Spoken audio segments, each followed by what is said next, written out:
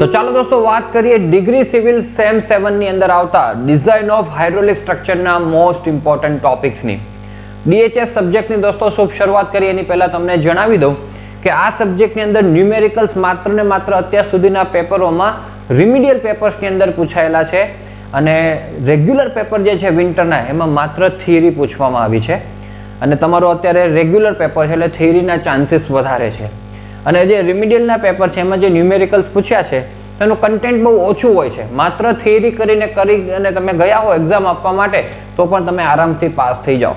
એટલે જે લોકો પૂછે છે કે માત્ર થિયરી કરીને અમે ડીએચએસ ની અંદર પાસ થઈ જઈએ તો પ્રેમથી થઈ શકો છો. તો ચાલો હવે થિયરી માટે તમને ચેપ્ટર વાઇઝ દોસ્તો જે ઇમ્પોર્ટન્ટ કરવા જોઈએ એનું કામકાજ તમારી સમક્ષ શેર કરું. તો લેટ સ્ટાર્ટ કરતે હે શુભ શરૂઆત. પહેલું જ ટાઇપ્સ ઓફ ડેમ્સ અને ફાઉન્ડેશન ટ્રીટમેન્ટમાં ક્લાસિફિકેશન ઓફ ડેમ દોસ્તો મોસ્ટ ઇમ્પોર્ટન્ટ છે, ખાસ તૈયાર કરીને જવાય.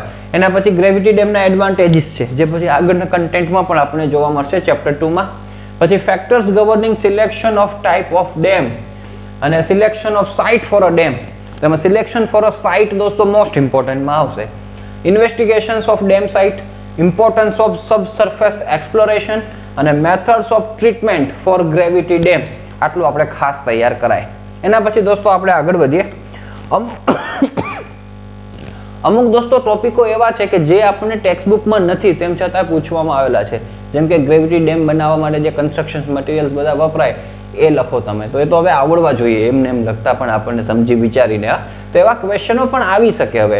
અને 7 સેમની એક્ઝામ છે, ડિગ્રીની એક્ઝામ છે, તો એમાં આવા ક્વેશ્ચન્સ આવે એમાં કોઈ આપણે છે એ વાંધો ઉઠાવવા જેવો ન હોવો જોઈએ, કારણ કે હવે તો આપણે ઓલમોસ્ટ એન્જિનિયર બની ગયા છીએ એટલે સમજી વિચારીને બધું લખી શકીએ. અર્થ અને રોકફિલ ડેમ, એમાં types of earth dam, components of earth dam, causes of failure of earth dam દોસ્તો મોસ્ટ ઇમ્પોર્ટન્ટ છે, ખાસ તૈયાર કરજો. Criteria for safe design of earth dam, phreatic line in earth dam, Swedish circle method soil analysis માટેની આવે એમાં C5 એનાલિસિસનું ખાસ તૈયાર કરજો. Types of settlement in rockfill dam, આટલું ખાસ આપણે તૈયાર કરીને જવાય. અને આ ટોપિકોમાંથી દોસ્તો ક્વેશ્ચન્સ કેવી રીતના બને છે એના માટે પાસ્ટ પેપર્સને પણ તમારે સાથે રિફર કરતા જવાના, એટલે તમને આઈડિયા આવે કે એક્ઝેક્ટ ક્વેશ્ચન્સ આ બધા ટોપિકોમાંથી એ કેવી રીતના બને છે. ગ્રેવિટી ડેમની વાત કરીએ તો ગ્રેવિટી ડેમમાં એડવાન્ટેજ એન્ડ ડિસએડવાન્ટેજ તૈયાર કરો. Forces acting on a gravity dam, એમાં અર્થક્વેક ફોર્સ તો નામ આપીને પૂછ્યું છે એટલે એ તો તૈયાર કરવાનું ને એના સાથેના પણ બીજા બધા ફોર્સીસ વ્યવસ્થિત તૈયાર કરજો, મોસ્ટ ઇમ્પોર્ટન્ટમાં છે. Modes of failure of dam, બરાબર, એમાં સ્ટેબિલિટી રિક્વાયરમેન્ટ્સ, પછી સ્ટેબિલિટી એનાલિસિસ, એમાં એનાલિટિકલ મેથડ છે, ગ્રાફિકલ મેથડ છે.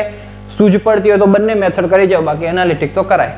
પછી elementary profile of a gravity dam અને practical profile of a gravity dam, એ પણ ઇમ્પોર્ટન્ટ છે, ખાસ તૈયાર કરાય. અને ધી મોસ્ટ ઇમ્પોર્ટન્ટ બધા જ પેપરની અંદર પૂછાતો હોય તો એ છે law and high gravity dam, એનો ડિફરન્સ, એનું કમ્પેરિઝન, શોર્ટ નોટ, કંઈ ને કંઈ તો દોસ્તો આમાંથી પૂછાય છે, એટલે ખાસ તૈયાર કરીને જજો. એના પછી કમ્પોનન્ટ્સ ઓફ ગ્રેવિટી ડેમ્સ, તો ઘણા બધા કમ્પોનન્ટ્સ છે, બધાના નામ યાદ રાખો. એના ફંક્શન્સ દોસ્તો આવડવા જોઈએ, પણ ડ્રેનેજ ગેલરી તો નામ આપીને તમને પૂછે છે એટલે એ ખાસ તૈયાર કરાય. ફંક્શન્સ ઓફ અ ગેલરી, બરાબર, જો ગેલરી જ આવી ગયું એનું ફંક્શન્સ. અને જોઇન્ટ્સ, એમાં કન્સ્ટ્રક્શન જોઇન્ટ્સ અને કોન્ટ્રાક્શન જોઇન્ટ તૈયાર કરાય. આમાં ન્યુમેરિકલ્સ ઘણા બધા આપવામાં આવેલા છે, તો ટપ્પા પડે તો ન્યુમેરિકલ્સ પણ કરી શકો છો તમે. આવી શકે ન આવી શકે એવું બંને રહેલું છે દોસ્તો. એટલે તમારે ન્યુમેરિકલ્સ કરવા હોય તો સમરના પેપર ઉપાડી લ્યો બંને, એમાં જે ન્યુમેરિકલ્સ પૂછાયા છે એ ન્યુમેરિકલ્સ એ ટાઈપના સોલ્વ કરાય. પછી સ્પિલવે, સ્લુઇસ અને ક્રેસ્ટ ગેટની વાત કરીએ તો સ્પિલવે એના રિક્વાયરમેન્ટ છે, ટાઈપ્સ છે, બધા ટાઈપ્સ વિશેનું નોલેજ લઈને જાઓ. ગમે તે પૂછાય આપણને વાંધો ના આવવો જોઈએ, બરાબર. એમાંથી વિશેષ ઇમ્પોર્ટન્ટ કયા છે તો ઓગી સ્પિલવે દોસ્તો પૂછાતું હોય છે તમને. સાફ્ટ સ્પિલવે પણ પૂછેલું છે, મેં અહીંયા નથી લખ્યું તેમ છતાં જોઈ જજો, બરાબર. થ્રુ સ્પિલવે પણ દોસ્તો પૂછાતું હોય છે, તો બધું તૈયાર કરીને જવાય ફિગર સાથે. અને ઓગી સ્પિલવેમાં કેવિટેશનની આખી જે ઘટના સમજાવવામાં આવેલી છે એ પ્રોસેસ, એ પણ સમજી લેજો. પછી designing the crest of ogee spillway, બરાબર ને, ડિઝાઇન ક્રાઇટેરિયા ઓગી સ્પિલવે માટેના કરી જાઓ, થ્રુ સ્પિલવે માટેના પણ કરી જાઓ. એક્ઝામ્પલ નંબર 1 દોસ્તો તમને પૂછેલો છે સમરમાં, મેં અહીંયા લખી નાખ્યો છે, સમરમાં જ પૂછ્યો છે, રેગ્યુલરમાં નથી પૂછ્યો, પણ એ બેઠો પૂછેલો છે એટલે એ તમે કરી જાઓ. થ્રુ સ્પિલવે આવ્યું જુઓ અહીંયા, એના ડિઝાઇન ક્રાઇટેરિયા, બરાબર. પછી સ્પિલવે, ક્રેસ્ટ, ગેટ્સ બધા તમને આપવામાં આવેલા છે, તો એ પણ આપણે એનું ઓવરવ્યૂ લઈને જવાય. તો આ રીતના આપણે ચેપ્ટર નંબર 4 તૈયાર કરશું. અને ચેપ્ટર નંબર 5 દોસ્તો એનર્જી ડિસિપેટર્સ, બરાબર.